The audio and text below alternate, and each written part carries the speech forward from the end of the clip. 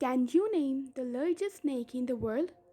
Obviously, the name that came to your mind is anaconda, but anaconda is just a baby in front of a snake that once existed in the world.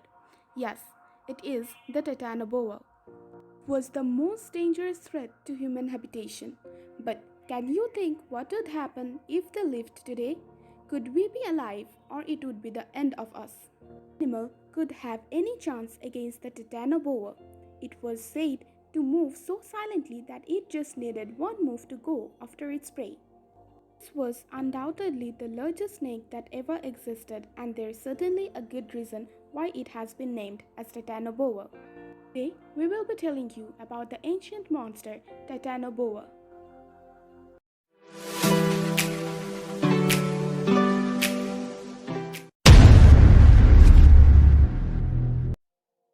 Titanoboa was known to have lived approximately 56 to 66 million years ago during the Paleocene epoch. The estimated length of the average Titanoboa, according to the paleontologists, is 42.7 feet and average weight is approximately 1.3 tons. The closest relatives of Titanoboa are the boas and the anacondas. The measurements of this hefty serpent happened to make the largest land-living vertebrate to exist after the dinosaurs.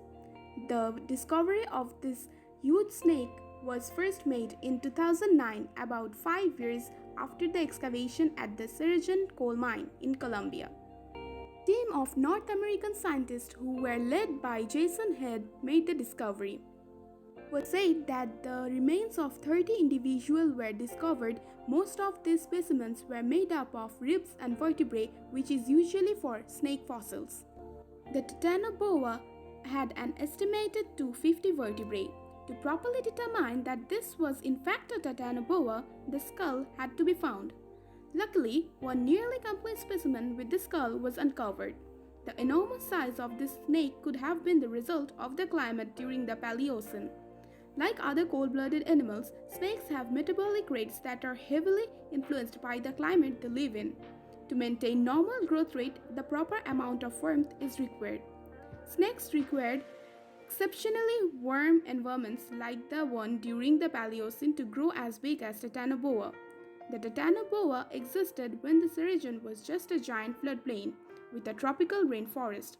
It could have been aquatic and went after the same kind of prey like crocodiles. The other fossils from the excavation included relatives of turtles, fish, and crocodiles, which all would satisfy the Titanoboa's hunger.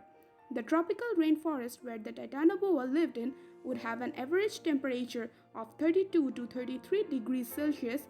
This estimated temperature suggests that in that period, forests experienced greenhouse-like conditions. The Titanoboa had a great enemy. Guajira crocodile was so big that Titanoboa had to vomit and lose weight to squeeze the crocodile to death. But Titanoboa was the apex predator and king of its own region.